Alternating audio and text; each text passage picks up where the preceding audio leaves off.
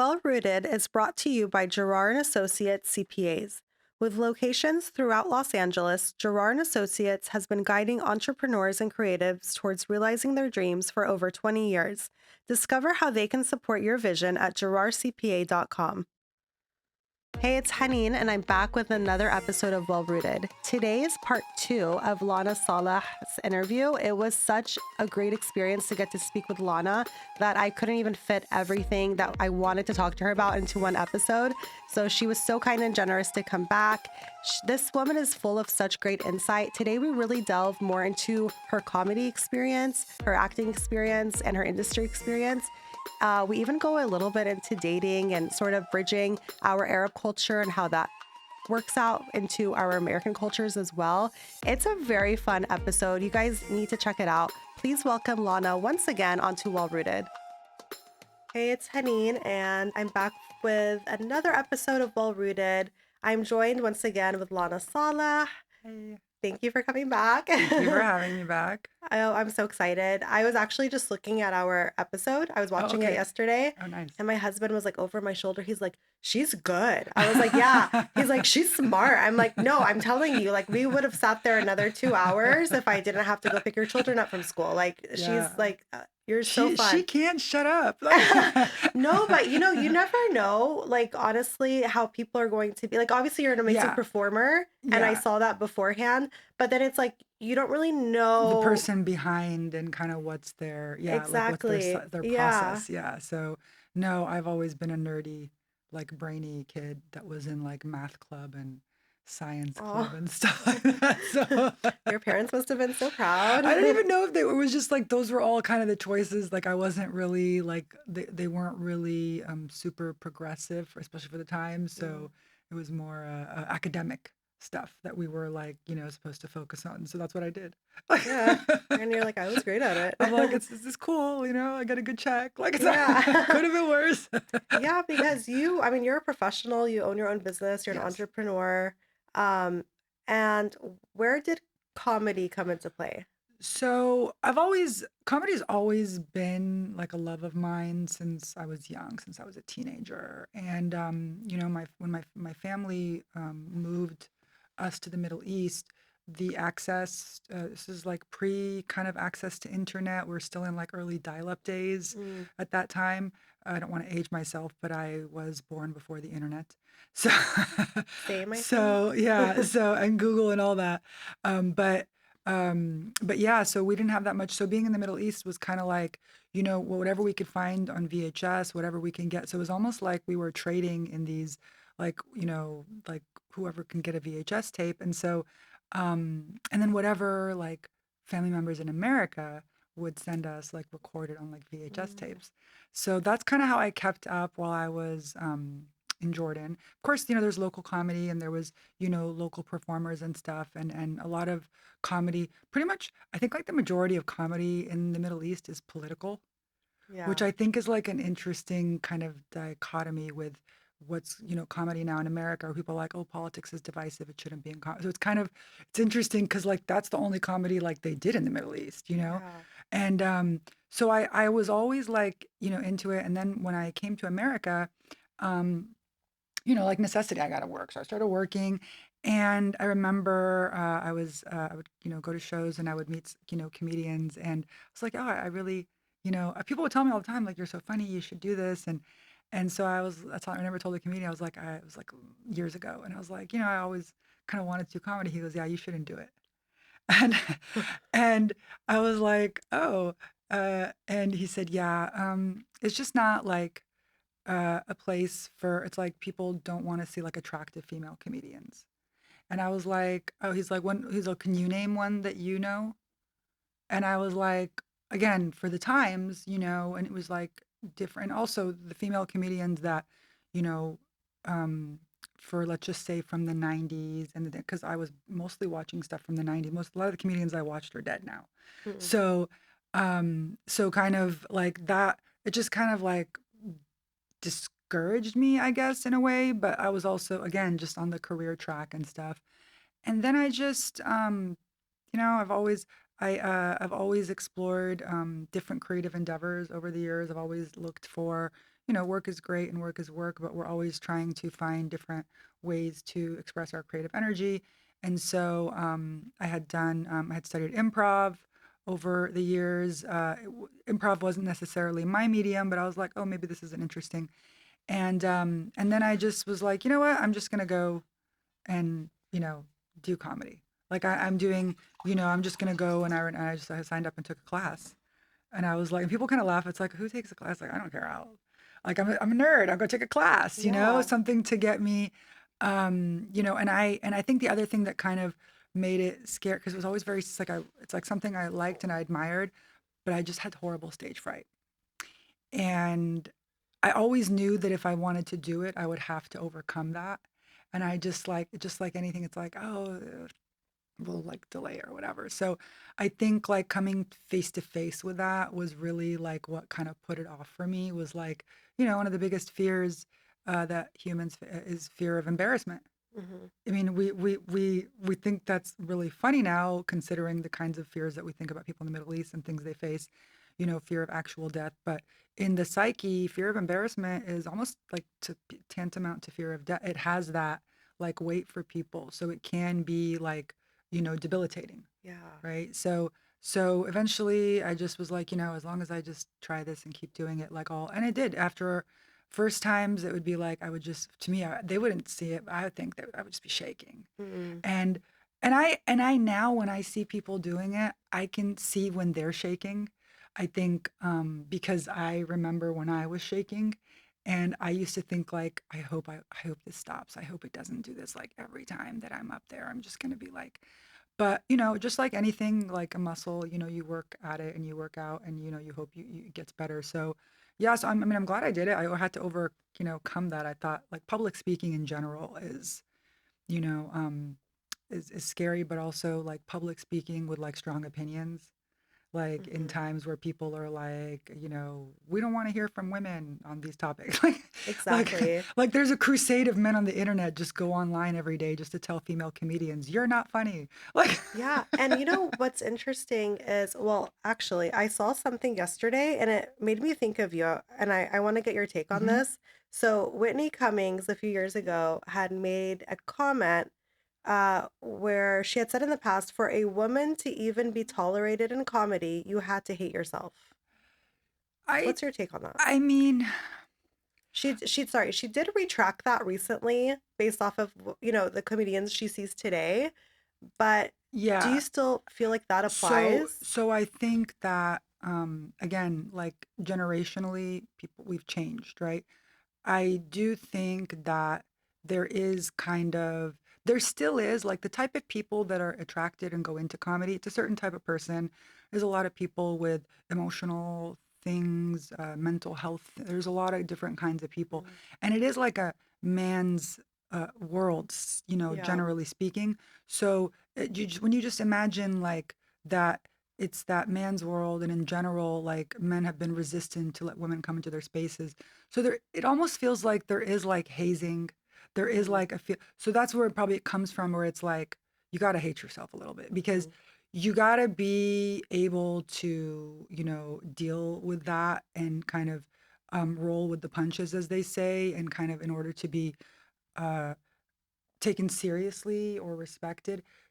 Do I think it's still like that? I think there's spaces that they tried it's like we try to have safer spaces and there's definitely more of that and there's like women's only spaces. And so I do think that it has morphed again. I was told many years ago like you shouldn't do this. Yeah. So flat out like that was just like, we're talking like almost 20 years ago. So to have to think of people that are in my generation that started out doing it 10, 15, then yes, it was. Is the opportunity the same? Like if you try to like I would say that in my opinion, whether it's corporate or any kind of business, you will run into a certain amount of like toxic like Mhm. culture. There's I don't think I've been in any kind of like, male dominated space that didn't have some kind of toxic culture going on in there. And comedy is no different. And I think there is sometimes this idea or things that come up. It's like guys won't do anything, because it is like if a female comedian wants to be, known, it's like guys won't do anything for you unless they want to sleep with you, or they want. So there's still this aspect of like, they'll put a girl on a show. It's like there's that going on. Right. But that's in every, like, I still think that exists in like every business. Yeah. So do I think it's like true for 100%? I don't think it's true for 100%, but I do think there is some aspect that it's like maybe you got to have like a thick skin where Mm-hmm. it's like you will encounter the spectrum. And again, like I don't know if no, because it happened recently. There was a recent incident in the comedy community here in LA, in the open mic community, where one open micer physically assaulted a female open No. micer, and they were trying to kind of rally. The police didn't want to arrest him because it was misdemeanor, but um, basically there was a lot of chatter now around like, how did this happen? Did this, this guy was around for a while, and did he just snap? And it's like, again, you're not like, this isn't a community filled with people that have like, PhDs, or like, not to say that that makes anybody better, but it just, Mm. you're talking about, to be compelled to do comedy, you probably went through maybe some trauma, maybe some, there's a lot of different like reasons why people go Right. into it. So yeah, I do think that put a bunch of those people in a room, you probably do want to have a thick skin.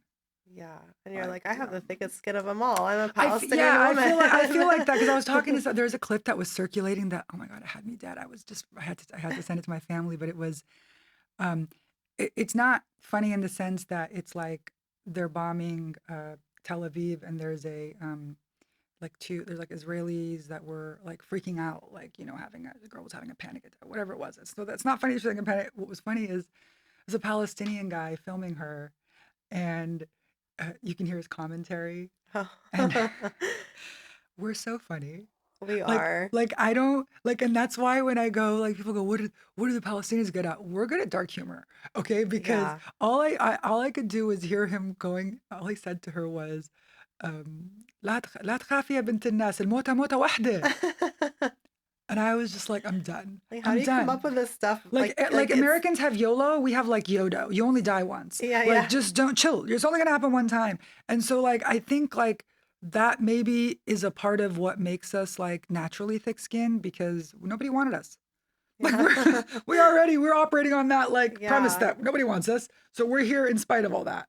So So it's like, true. what can you do? Hmm. So yeah, but I mean, I think Whitney might have a different opinion about it now, probably. Yeah. You I could know, see that. I do think like sometimes maturing in a business and spending, you spend a couple decades in any business, you kind of start to see it differently as well. But when you're coming up and you're young, it's tough. Hmm. Like I said, in corporate, I had similar issue. Like there was, like I felt like you kind of do have to hate yourself to get ahead in this life as a woman, Mm. because they want. It's like, why are you here? You should be somewhere else. Right. There's kind of that going on Yeah. sometimes. And I remember my first job in the Middle East.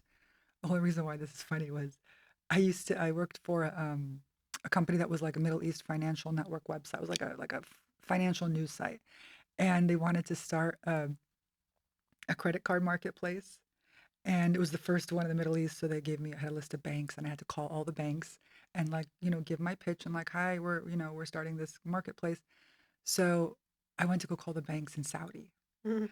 and I get on the phone with a Saudi, I think I called Saudi American Bank it was, and I ask for the GM, and this man gets on the phone, and I'm telling it to him in Arabic, and he says, I don't know if it was Arabic or English I spoke to him, but he responded to me in Arabic, and he was like, Shinu? And I said, what? And he basically said, like, how are you calling me? And I said, what? He goes, what? I said, oh, I'm calling you about this. He goes, no, I mean, why? How are you out of the house calling me on the phone now? Wow. And I was like, oh. Oh, you're one of those. Okay. Oh, okay. Thank you for your time. so so when you start out like that in the job world, you're like, yeah, it can't get like, Yeah, you're like, bring it on. it's like, who let you out of the house? It was his words were, who let you out of the house? Wow. Okay.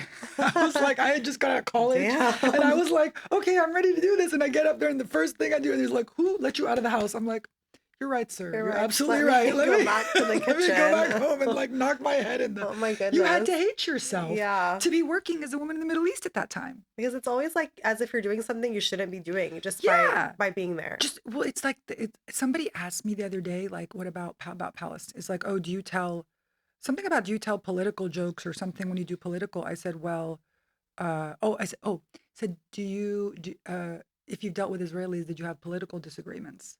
And I said, only if you believe that my existence is political, then Hmm. yes, we've had a lot of political disagreements. Right. And he's like, oh, touche.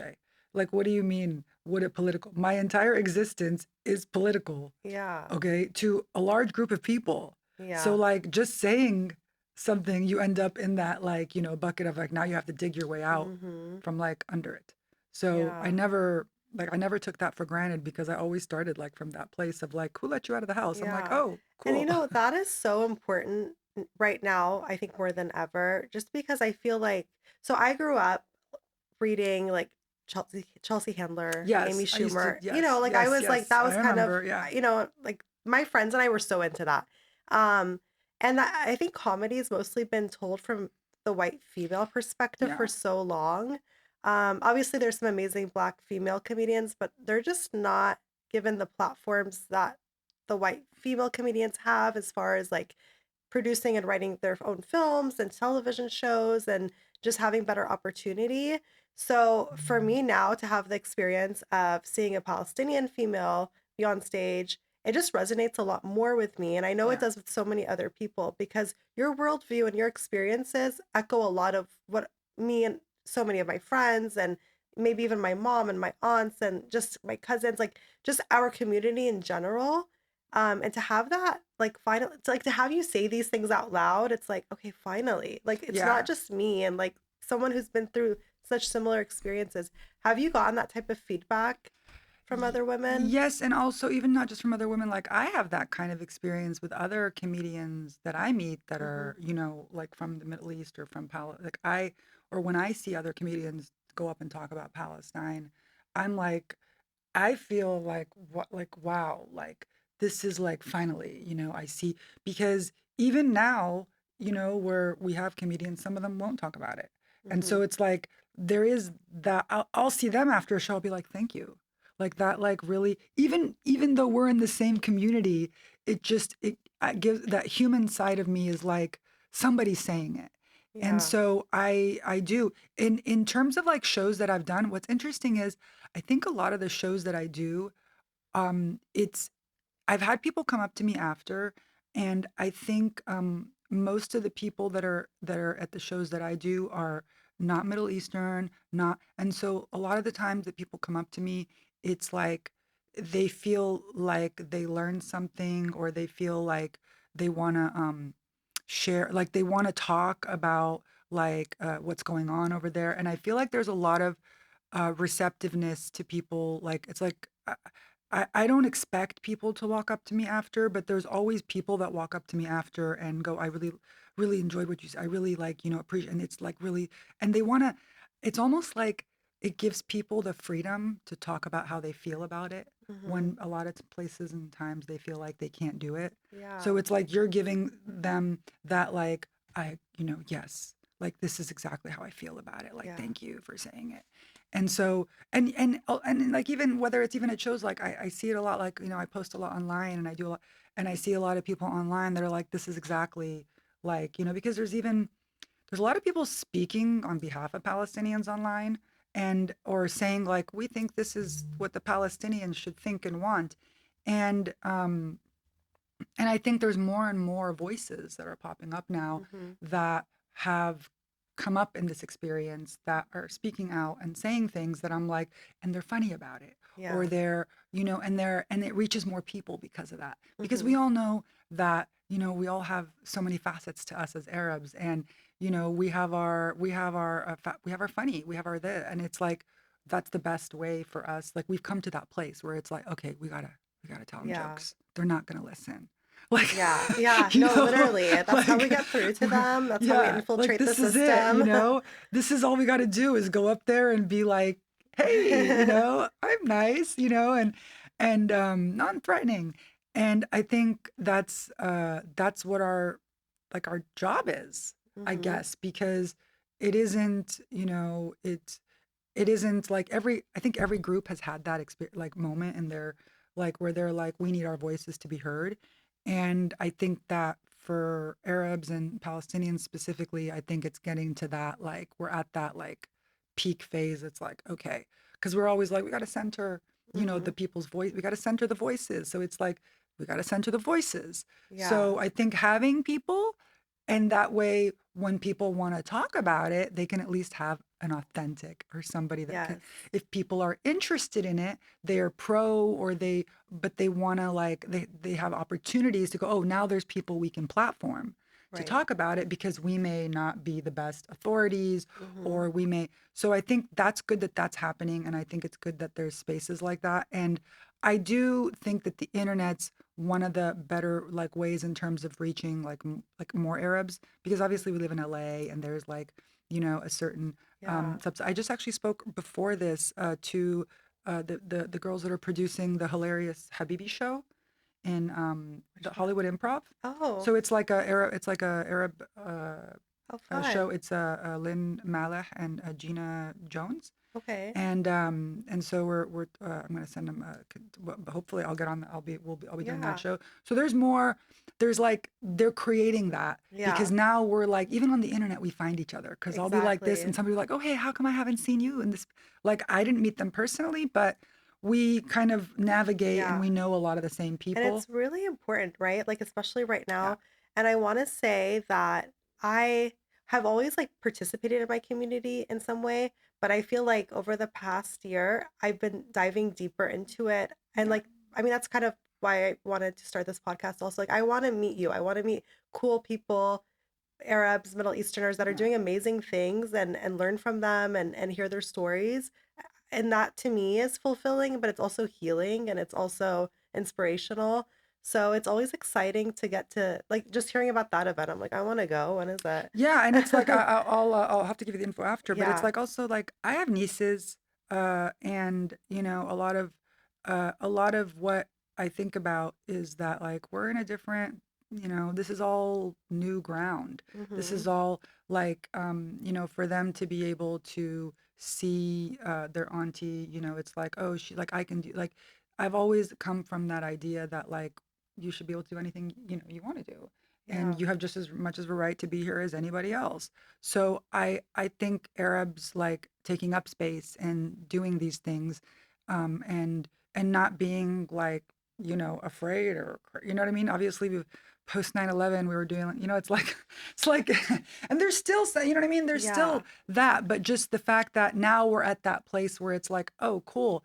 There's like I think there's like shows like that. I think they're doing the Arab American Comedy Fest, I think it's in New York. Like there's all kinds of, spaces that are popping up where Arab comedians are getting together and community is building and there's ideas coming out of it. And just by us like being around each other and riffing, we come, oh, hey, we should do a video about this. Hey, we should Hmm. talk. We come up with, because we all have similar like Yeah. experiences. So yeah, totally. I mean, my nieces are, like I sometimes they'll come across my TikToks and they'll just be like, I see them like or comment, and I'm Oh. just like that's just like it's like the cute. It's just like that's I what was it thinking is. earlier, I'm like I'm kind of jealous of Gen Z and this Gen Alpha that's Yeah, following because they get to grow up with far more representation yeah. than we did. I'm very excited for them, but I kind of wish I had some of that too growing up. I know. We were always like was like, oh, we gotta look like Barbie, and we gotta Yeah. be. It was all. I mean, it's just it's complicated, right? Because until you get to a critical mass of people, there's nobody to fight for because everything is dictated by like, oh, how many people are going to buy that thing or how Mm-hmm. many people are going to watch that thing. So they were always creating stuff for specific groups until they saw that there's a market for these people. Mm-hmm. And there's definitely a market for Arabs Yeah, doing comedy or 100%. just doing, anything. And we've always been like, like obviously you look at Egypt, they have the huge, like their own movie scene like Bollywood. And Mm-hmm. so it's always been like when we're dramatic, somebody likes them, we're so dramatic. We're so So dramatic, dramatic. like, like I said, in Mota Mota Wahda, Yeah, So yeah. it's like, that's, that's just like where I feel like we naturally are, you know what I mean? Once we're given that, and like more and more, I think we're going to see that, and we'll see it like I'm sure we see some people in movies. We see more. You Yeah. saw Mo did the Mo's Mo show. Ahmed, Yeah, amazing a work. great show. Rami, and like Rami. winning So the a we're waiting Golden for the Globe. girls one. And that's what it is, Yeah, right? It's because like, you and I watch was them like, both and you're like, this is I love yeah, it to death. I love what they're doing for the culture, but I'm like, But it's we not need the more same women than up from a there now woman's perspective. too. Yeah, I Yeah. hope so because I do think that there's a lot of things that we get from also being like non-traditional. It's like they'll call it non-traditional. I consider myself in a way a traditional person, Hmm. but people are like, oh, but you do this and you drink or you do smoke, things like this, and I'm like, I don't think that. It's like I'm still like I have traditional values, traditional Yeah. beliefs, Like and it things doesn't like that. offset your identity. Yeah, but Yeah. it's like, but I think girls, Middle Eastern girls and Arab girls, we bear the brunt of that Mm, much more than guys do. So it's like 100%. and you're putting yourself out there in a vulnerable manner, and then you just get, like, I'll have guys on my thing, like, kill yourself, like Oh, shit like great. that. And it's like, Wonderful. but like, it's really like, that's why it's important that, we also have these spaces and they kind of rally around us because obviously, like, we need men to support us in these endeavors too because Mhm. we need to all platform each other, Yep. but like women do get the worst of it, Hmm. in terms of, and especially like it's being like, I remember when I got a call from a cousin that was like, oh, the family found your YouTube videos, you're at this, and the family in the Middle East or whatever, and they were circulating How, it. yeah, how is your family's reaction, if you don't mind me asking? Just because it is non-traditional in the Yeah. sense it's not what we grew up getting to see, right? Yeah. So, my dad lives in Jordan. He's Hmm. he's married. He lives over there, and so they, and my mom and my siblings live in America. Hmm. And uh, it like, I don't think it's something that my dad and I really, my dad would be into or that I would ever discuss with him. And I Hmm. know that, once they did kind of get into, oh, we found, the videos and stuff. I was expecting that though. I wasn't like, never, like, Hmm. I lived it. So Yeah. I know that talking about it publicly wasn't going to be better. Hmm. Right. But it's like, there's only so much that you're going to like, so long you're going to like live for other people, you know, and keep your head down for other people and things like Hmm. that. So and again, like, I always, I'm kind of a pragmatist, like, you don't pay my bills, I'm gonna do what Exactly. like, I just, Hey, I feel you. Like, you want to have an opinion, you could pick up a but bill. honestly, like if you did keep your head down and you did, just kind of They go, still had things to they'd say. still It people wouldn't would still matter. find something to pick on no matter who it is. It wouldn't And matter. at the end of the day, you will be unfulfilled. You will not be living to your full potential. No. And it really then it doesn't serve you or your community because And I think more look at about my this. nieces. That's what I mean. Like, Yeah. I think more about the next generation because I already know the previous generation. I already know what their thoughts are. I know what their trauma is. I know what they're coming. I understand Hmm. why they are that way. But I also am like, I've had the blessing of being able to be educated, travel, share spaces with all kinds of people from all backgrounds, religions, Hmm. like, I've had that, so I can change my worldview, and I can also recognize that, like, the next generation has even a bigger gap in the Yeah, worldview from mine or like the grandparents. So who's going to relate to them and connect with them? Not the grandparent. You know what I mean? So it's that's like, true. that's the only way left for us to sort of be like, have any kind of connection. If we're all just going to be like rejecting each other because, well, we don't accept that or we won't do that. But it's like, but eventually it's going to happen. It's happening. Like, Hmm. you can't stop your kids from doing things like you could do in the 80s. Like, Yeah. okay, like you can't, like child abuse used to be okay back then. Okay. Yeah. Now it's like, no, we have Like to talk. how many shahatas are you really gonna keep Like throwing? we were just joking with another comedian. I was like, this is my PTSD. He goes, what? I'm like, my post-traumatic shahata disorder. Like every once I'm like, oh, it's because I got too many shahatas. And then I think the younger generation didn't get the shahatas like we did. Yeah.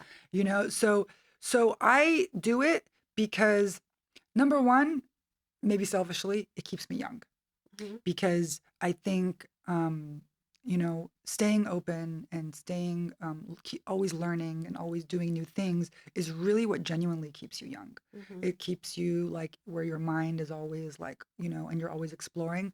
So that was number one. Number two, again, is to stay connected. That's what keeps me young, is when I'm connected to the younger like what's going on in the world, so that keeps me, also like young. And I'm not going to stay young forever, but more like mentally, like, that's the important thing, is that we stay somewhat flexible Mhm. in this trying, times. Yeah. So they're not, the generations before us weren't as flexible, and they didn't have as much flexibility given to them. Mhm. My dad was like a Nakba survivor. My grandparents were Nakba survivors, so they have an immense, amount of trauma. And some stories we learned later, and I was just like, yeah, like I don't know how I would deal with that, cope with that personally. Like, we got to go to therapy. They'll never go to therapy. Mhm. So there's so many, it's such a conflicting, and I think that's a part of what makes us like get into comedy and do some of these things, is because our journey is so complicated. It's like we love, no matter what the situation, like we love our families, we love our parents, we love our, it's like we would love to have that, acceptance and togetherness, but sometimes because of all the different things, we don't get to have that. So I think like there's a lot of families that can also relate to that, being different and being the black sheep, and being cast out. And Mhm. so I probably do identify with that more than but I made those choices when I was very young, to come back to America. It was Mhm. already like a choice that if I was going to come back to America, that I was going to have to live a different life, that I was going to live a life kind of untethered from the traditional, you live with your dad culture, like that kind of thing. Mhm. So being the first to like move on my own and live by myself as a woman was Yeah. like and I just feel like everything since then has been preparing my mom for this, for Okay. example. You know what I mean? Like, That like you kind of were easing her into yeah, this. like my mom just wants me to be happy, Of and it's not course. like she's gonna sit and watch like my comedy videos and stuff. But like that's one of the things that me and my mom would sometimes be on the phone, we'd laugh till we cry. Like we always have had that. So it's not like that she would be like, why would you do that? Like, so it's like we Mhm. kind of understand why, but it's also just the practice of doing it is like a little shocking to them. Right. Like she's like, just don't talk about me up there. She's like, Like I'd never. don't say stuff about me up there. I'm like, the only thing I say is that you're a badass and I'm scared of you. And Like, I love you so and much. I'm still scared of you. Don't hit me. Like, So, so that's it. But siblings and nieces and nephew, everybody's like pretty much, They're chill. yeah, and like they'll like my videos and they'll, you know what I mean? So it's and again, I I'm think it I'm I'm is a the good oldest living bridge. one out of all of them, Yeah. so what are they gonna say to And you're me? like, you're living the life. I mean, Yeah. I love it. And I mean, yeah, exactly what you said is correct. You are that bridge, and Yeah. like the younger you maintain this outlook, I think the stronger you make that bridge and that connection with the following generations. I want to ask you, because we didn't get into it last time. Mhm. Okay, so I'm sure you've seen on Netflix, this is not sponsored by Netflix, Mhm. but there's that new Love is Blind Habibi Yes. coming out. I cannot wait to watch this. I'm so done with Netflix. What Really? is No, but I mean, like, how How, like, how, how are you gonna who's that? rebrand arranged marriage like we didn't already invent that? How are you I gonna mean, you go? already know it's going to be the best one Well, of but all it's the just Love is like, Blind, but it's but like, isn't that what we've been it's like? what we've been doing. What we've been doing, and they're like, oh, now we're gonna call it Love is Blind, not just marriage. Okay. Yeah. we're gonna rebrand. We're gonna market it like it's like a blind date game when it's really like your parents are all doing a contract in the other room kind Yeah. of game. Okay. Um, I don't know if you've seen, like, I joke about arranged marriage because I went through it and I went through the process, and my sisters did. They passed on now, but I've been through more arranged marriage weddings than, most people can ever count. So I, Sounds like a book that you right? should Like write. there is like, Yeah. and as soon as I saw the ad for that, I was Hmm. like, it was like when they did, I feel like the bling, Dubai, Dubai whatever. Bling. I feel like that like makes sense because Hmm. of but I feel like the Love is Blind. I feel like, again, it's just like these people will probably go on to get married and like stay together for some time. They will, yeah. Like I feel like it's just like a Tuesday. Like, Yeah, you know like it'll work what I mean? like really well Yeah. because Like we'll be the yeah, best at we're already it. Like conditioned for it to we're work already well. good at this. Like Yeah. if we would get an A plus in anything, it'd be dictatorships and arranged marriage. Oh my Okay. God. Like those are our Literally. things. Like No, they hummus, will excel at this. Yeah. I'm Yeah. like, I'm just like, in that sense, yes, I'm excited to see, because it's going to be like, of all the Love is Blind franchises, this is the only one where the people got together, stayed together. No, like, There's you like know what I six mean? couples that make They're it to the just like altar. married. Like by the time they get to the end of the show, one of them's already, two or three of them are already pregnant. Like it's Yeah. like that kind of thing, Like they're just it works out. Yeah. And I think that was the point of the whole original Love is Blind franchise, was to bring. That's why it's funny, was we've come full circle, was to bring that to America Hmm. and to see how Americans would respond to that.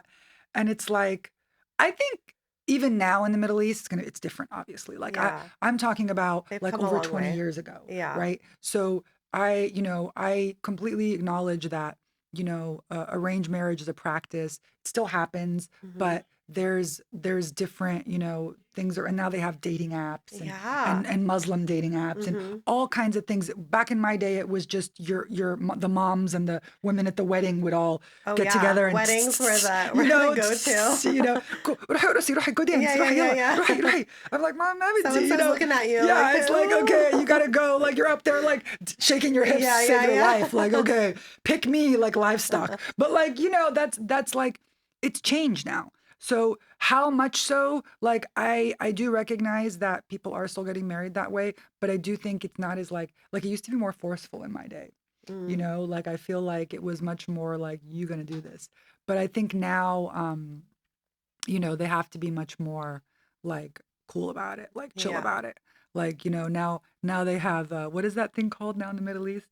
Like in Jordan and some of these places, it's called um like family services, or like Oh, it's like a it's like حماية maybe it's حماية الأسرة. I don't know. Something like this, where it's basically like for um domestic disputes, okay. situations, like this didn't exist in my Oh, day. it's like Like, a it's a yeah, like like if do you you had call like them a like it's this like place and yeah, it's they almost like if you had like a marital dispute or something, and there's a place that you would go, and they would that is like hilarious. I'm sorry. you know what I'm talking about? No, Oh but yeah, I didn't know that until like I went when I was there the last time. Somebody was, and I saw on they the must be sign. so busy.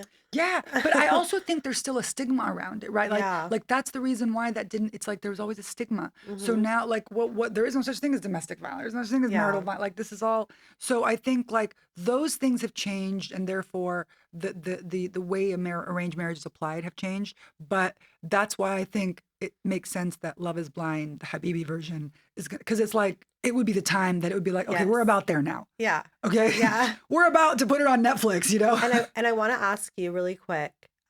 So there's a set that I saw of yours on Mm. social media where you talk about how back, like how we grew up, you focus on the three P's for Yes. relationships, which Yes. are the three P's are Protect, provide, and procreate. yes, Yeah. and like here they got it all mixed up. Yeah. If you had to pick maybe two qualities of our marriage slash like marriage relationships and how we navigate that in our culture to apply Hmm. to LA dating, I think what would you like pick? I think a lot of people get caught up on provide, right? It's Mm, a big like men will have like parades and marches over this. Okay. So I think like if for LA, I would say if people can just get like the protect and like some provide, Mm-hmm. that's probably the best because I don't think you should procreate if you can't do any of those.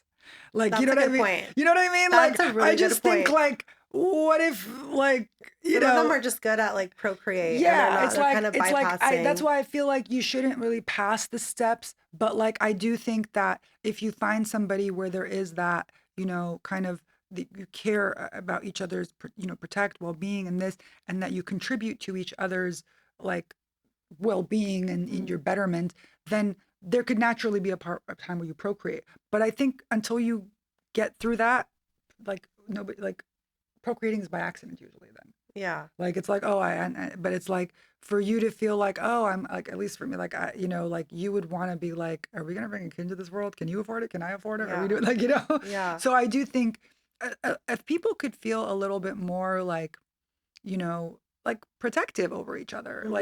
like that's something in our culture that I think like when I don't know about you, but when you go out and you navigate and you deal with friends, like I bring a lot of that like Arabic, it's like we're so like, whereas sometimes like Western culture is a little more, Mm-hmm. so I'm trying to I'm somewhere in the middle there. But like when I get like to know people, it's like now it's like, well, we're all like 100%. Like Right. we're not holding back like the 50%. We're Yeah. all the 100%.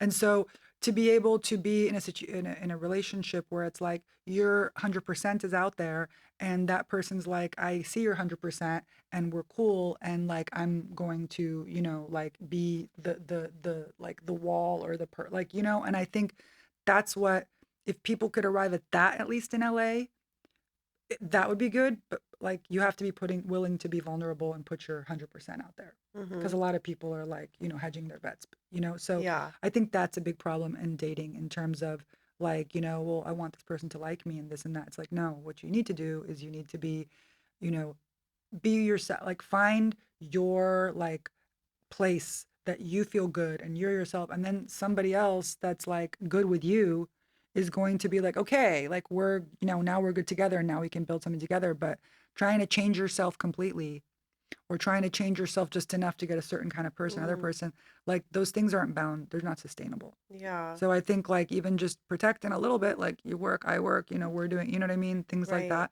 Whereas in our culture, and I think the idea of like the man provides everything and that's great. I'm not Mm-hmm. like, I'm all about like in a marriage and this kind of stuff, like for sure. But I think like people get, you know, um, in dating, if you're gonna get like really, caught up on certain things, first of all, like know that if you are looking for just like money, so are a lot of other people. Mm-hmm. And it's like a race, Yeah. so you need to be like sensible about that and understand that like there's all kinds of people in that race with you Mm-hmm. and be realistic about that. But if you're like, reasonable, that's why I talk to my nieces and I tried, it's like we all have to be like, sometimes it feels like the world is ending. You know what I mean? So Yeah. you're like, let's focus on like what are the things that are tangible and achievable and the things that we can, like being healthy, being, these kind of things versus like, I want somebody rich enough to take me first class to, it's Mm. like all that's great, but Mm-hmm. like, it's just like fleeting too, So I think we're very caught up about money in LA. We're very caught up about all these things. And people should work hard to make as much money as they can for sure, but feeling like that's going to be the safety net, that you're just going to find somebody that's going to like Yeah. take care of all that for you. Yeah. No, Like I agree. it's not, it's not the way it used to be. You Exactly. used to be able to buy a house for like a couple hundred G's. You know what I mean? Like Yeah. so you could be like واحد كان يفتح بيت. You know what I mean? Right. Like my mahar was like dinar, like Oh yeah. you know what I Yeah. mean? Like it's like Yeah. we don't, and the akhir was like whatever it was. So with inflation now we're talking 5000 or something, but Right? still, what's 5000? Yeah. And then you have your dahab. And so it used to be like we were like the part of my culture that I always respect and appreciate is this idea that we should make sure that if we take something from the woman that we're adding some value in, right? So I Absolutely. do, even though that gets mixed up in a lot of Yeah. situations, but I do believe that, and if women, we ourselves practice that instead of thinking it is just like provide, it's more like if I'm going to give to a man, like there should be some that comes back to Exactly. me. You can't just be like giving, giving, giving and being Right. depleted. So I think if more of us like, and that comes from just, you have a value for yourself. But we Right. as Middle Eastern women, it's almost like even when our situations are bad, I think because we come from that, we're always like a little like, like, yeah, my dad did that for me or what, you know Mhm. what I mean? So I think like we might have a little bit more of that like pre-built into us, but it shouldn't like, it should be, I think, a little bit for everybody. I think we should all treat ourselves that way, Yeah. like, and I'm not asking anybody for anything I can't do for myself, Yeah. 100%. so But yeah, no, but to your point, like that is really meaningful how, just being protected and you protecting the other person and them protecting yeah, you, knowing that you have someone's back and they have yours. And it involves giving that 100%. yeah. And you have to be willing to be that vulnerable. And you can't be like, oh, maybe something better is around the corner. And that's a big Exactly. LA thing That where is it's like huge here. It's so huge. It's sad. like always like looking for the next best Mm-hmm. thing and people are, clout chasing and this like that. Look, I lived here a long time and I've seen a lot of clout. And I think maybe to a fault, like it's just so much easier to just be authentic and true to yourself about it because it's nothing is going to last forever. P Diddy's going to prison for a long time. Yes, he Okay. is. like Yes, he is. so it's like again, it's like the guy, I keep going back. I'm always going to remember that you only die once. You only die Okay. once. You only live once and you only die once. So it's like, Absolutely. if you're living like you're never going to die, then that's one thing. And if you're, living like you're only going to die, that's another thing. But really people are clout chasing. How many people are going to go down with Diddy? How Yeah. many I people, don't like know, there's but a I lot of can't that. wait to find out. There's so like if you're in at like the business and the industry, like it's really so much smaller than people because there's we always knew that there was the Jamie Foxx parties, the P Diddy there were Mm. people whose parties that I were didn't hear known, about this. the I'm Drake assuming parties. just being in the Yeah, industry. just being Yeah. not even then, just being a girl, girls, Yeah. Instagram baddies, you know what I mean? Like Yeah, of course. we're out there, being like generational baddies. So it's like that's international calling card wherever you go. So that's why it's like there were women going in and out of there. LA is just a parade of women coming in and leaving, Yeah. when just coming off the bus and like starting new. LA is so, I mean, it's like nowhere It's not for the else. weak. It's definitely not for the Yeah. weak. You can definitely handle it. You're Well, you killing got to it be here. grounded. You got to be rooted. Not even rooted. You got to be like, if you're not grounded, you can get lost in the sauce. And Yeah. people will tell you all kinds of, I literally, like my first so many years in LA, and guys would still walk up to me like, baby, I can make you famous. Like, again, if you are easily like suggestible, if you are not grounded, if you come from a, bad home, there's so many things that are risk factors for, just being scammed in LA or being, there's so many people here. People come here for a variety of reasons to do, and there's so much money here and Hmm. fame. So like all the cautionary tales, they're real. So I think like I said, I've always been, this nerdy person. So I always just go like, I'm just gonna like be nerdy and think I don't care if people think I'm a buzzkill. I don't care. Like Yeah.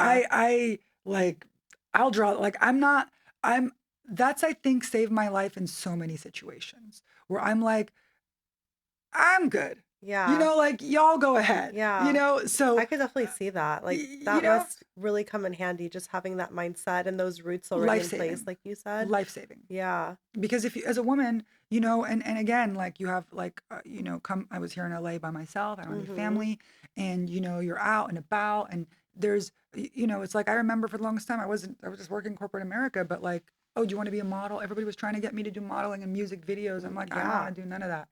The only time I modeled, I ended up doing like a couple of Kia commercials with Adriana Lima. So like Oh, I wow. was I was like, like I always felt like that's why I kind of like the comedy because entertainment as an industry can be very sleazy in a lot of things. And depending on like you have to be in a legitimized otherwise you're still dealing with a lot of seediness. Like Mm. there's a certain point where you get above it, but Mhm. before that you're just kind of down there with everybody else in the pits, right? So I think a lot of bad things happen in the pits, Mhm. and that's where a lot of people just tap out, Okay. right? But again, like if you treat it like a business, if you treat it like, also like you're like people will be like, what are they willing to do for money, right? Mm. How much are you willing to do for $1,000? That's the question that people need to know. How much are you willing to do for $1,000 when you're broke? When you're, and I think I've all aside from just like I'm good, I've always been like, if I've been in a situation where I'm broke, I'm like, I'll just go get a job. Mhm. Like I I'll I'll just figure it out. I'll just go. Like I remember like applying for the US Census to be a census taker. I'm like, let me just I don't maybe because my parents put that fear in. I don't know if it's just like a generational byproduct of all that. That I was a latchkey kid, I was a Gen X kid, and we just stayed out of trouble. Okay, Yeah. so maybe it's that. Like I always understood the fuck around, find out. Mhm. So I think again that saved me in so many situations, and I think a lot of being in comedy being like one of the places where it's like, yes, there's the weird guys and stuff like that, and the business can be weird, but still there's a sense of like, you're writing your stuff, you're performing. It's like it's not like you're just a empty like a blank canvas, and they're just casting you because, okay, you look like this, and go in there and deliver some lines because you have to look like that, right? Mhm. It's the idea that you're taking what's in your mind and you're putting it out, and people will find it funny or not funny, and you're delivering that. It gives you a sense of like there's more to it than just a face, and that's Yeah. why people discourage like, oh, comedy used to be the last place where attractive people were not Like, supposed to be. It okay. You know what I mean? Like Yeah, yeah, yeah. all those people were in traditional acting. You ever Yes. heard the saying, you have a face for radio? And that's what where my mind went is I was thinking of radio when Yeah, you you have said a that. face for radio. Yeah. Okay. All of that stuff plays into it. And Mhm. that's why I said I like that now, because you see people with social media that are launching themselves, that are different things. So the system can't stop them. They're Right. already in there. And so that kind of opens it up for other people like Right. that. But again, it's all about, are you good? Are you funny? If you're funny, none of that really matters. Yeah. But when you're modeling, it's like you're there could be 1,000 girls that could get that job. When you're acting, a lot of those jobs, 1,000 girls would do. Like, you Mhm. know what I mean? What's the until you're a known person or you have a unique perspective or a voice, and they're hiring you for that, you know. So I think that part, I think, keeps you understanding that and staying in that mindset of like, you are still a commodity, but like, what are you commodifying? Am I Mhm. commodifying my body? Am I commodifying my thoughts, my brain? Am I putting my personal life out there? Am I commodifying my personal life? Because a lot of Yeah. people talk about, their marriages, and a lot of people talk about a lot of things, Yeah. right? And like their upbringing or their families. And that's where it's like, oh, is your family okay with that? Is this like Yeah. some of the things that we put on blast are, maybe not comfort. So there is still parts of comedy where it's like that. But again, it's personal artistic choice, Mhm. and you are in control of that. And so I think, it's like choose your own adventure. But yeah, the industry, I've seen a lot of things, and I'm always like, when I see girls, I'm just like, like, get a regular job, pursue it on the side, like don't let it be your only thing, and don't let yourself be in a situation as a woman. I'm a huge proponent and supporter of women just in general. Financial independence for women is like key. Mhm. If don't like focus first and foremost on that, Mhm. to be financially independent. And that's not a question of like to be rich or have a certain amount of money. It's more that whatever you make, you live below your means, and you're okay. You don't need anybody, you know what I mean? And Yeah. you have savings.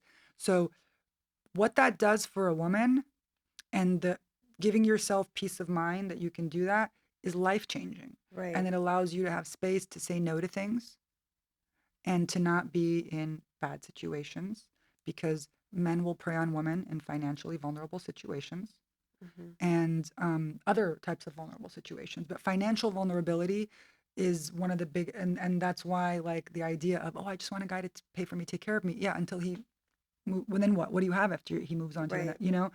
So number one, that's why entertainment industry isn't necessarily a good place for financial security, Okay, that's right? a good point to put It's out really there not. because I think a lot of people come here with that idea that I'm going to make Yeah. it or I'm going to Everybody has a pursue, job.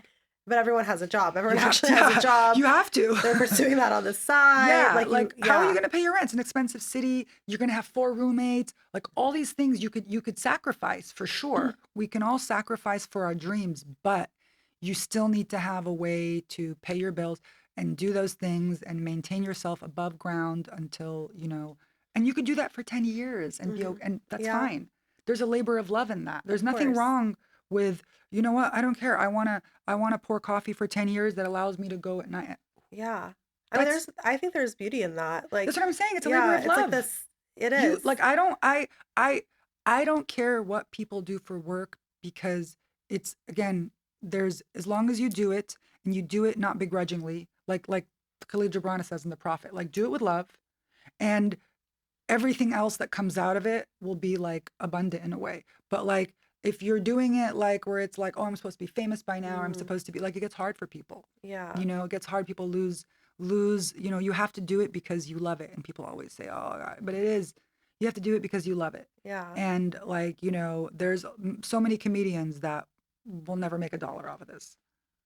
Yeah. There's so many, and we're spending money on, whether it's Right. mics or whatever it is. Exactly. So it's real. Like, and I've seen a lot of people come and go, Yeah. because they came, with ideas, Hmm. they were the best in their hometown.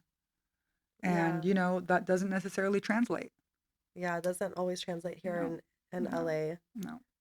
Like, what's that expression? It's like you're going to be the big fish in a You're small, yeah, a little fish in a or small pond or a big yeah. fish in a small pond. Here, you're a little fish in a big pond. Yeah. Regardless of, It's like there's so many people. SAG has like 200, like 150,000 members, and the average is like $5,000 a year for a wow. SAG member. So it's like, it's a pyramid where the people at the top are making the people. So it's like Hmm. there isn't, you know, you have to want to do it because you love it.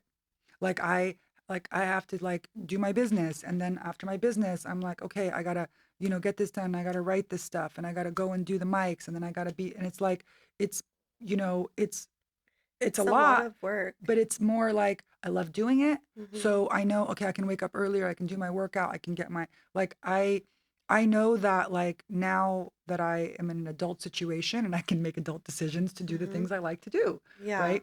But because I've worked for most of my life. But like, yeah, a lot of people, it's like they'll come here and it's like, oh, I have like $500 or 1,000. I'm like, please don't do this. Like, it's a Yeah. recipe for a bad situation. Yeah. And Yeah. I'm always Please like listen to discouraging. Yeah. Yeah. Lana. I'm always Take discouraging. her Like, please don't advice. come here without like, a plan, and like, you're going to get a Yeah. job, and don't be ashamed to work any job. There's nothing, like I've gotten over the years I've gotten flack for it, and I don't care because, there's nothing wrong. It's honest. Everything's, honest work. Yeah. So I think people get like, oh, but I could, no, do what you got Yeah. to do until you don't have to No, do it no more. everything you've said, honestly, is such great advice. I'm glad you're saying that. I think a lot of people need to hear that. A lot of women need to hear that. Um, I mean, listen to Lana Salah. She knows what she's talking Yeah. about. Like, I I tell mean, my nieces that. I'm like every yeah. day, like, listen. No, that's so important for young women and young girls to listen to and to hear. And I'm so thankful that I got to connect with you, that we got to have this conversation. I want you to come back like in a year, and I want us to do Yeah. this again, or even Yeah. Yeah. before, Let's, maybe every let's month. definitely do it. This was And awesome. I want to Yeah. see you live soon. Yeah. I have a few shows this month, and I'm, still, so I'll Okay. definitely keep Where in can touch with people you. find you? You can find me I have my website, lanasalah.com, LANASALAH.com, and on Instagram and most all social media as Mm, thelanasalah.com, THELANASALAH. And yeah, Instagram, YouTube, TikTok, all of them, and sign up for my mailing list. So when there's shows, you'll get updates and stuff like that. But perfect. yeah, Mhm. Yeah. Thank you so much. Thank you. Amazing. Thank you for listening to another episode of Well Rooted. If you enjoyed today's episode and felt it brought you value, please subscribe, leave a comment, give us a like, and a review. This episode of Well Rooted has been brought to you by Girard and Associates CPAs. With locations across all of Los Angeles, Girard and Associates has been helping entrepreneurs and creatives make their dreams come true for over 2 decades. Go to girardcpa.com to learn more. This is Haneen, and we are all well rooted.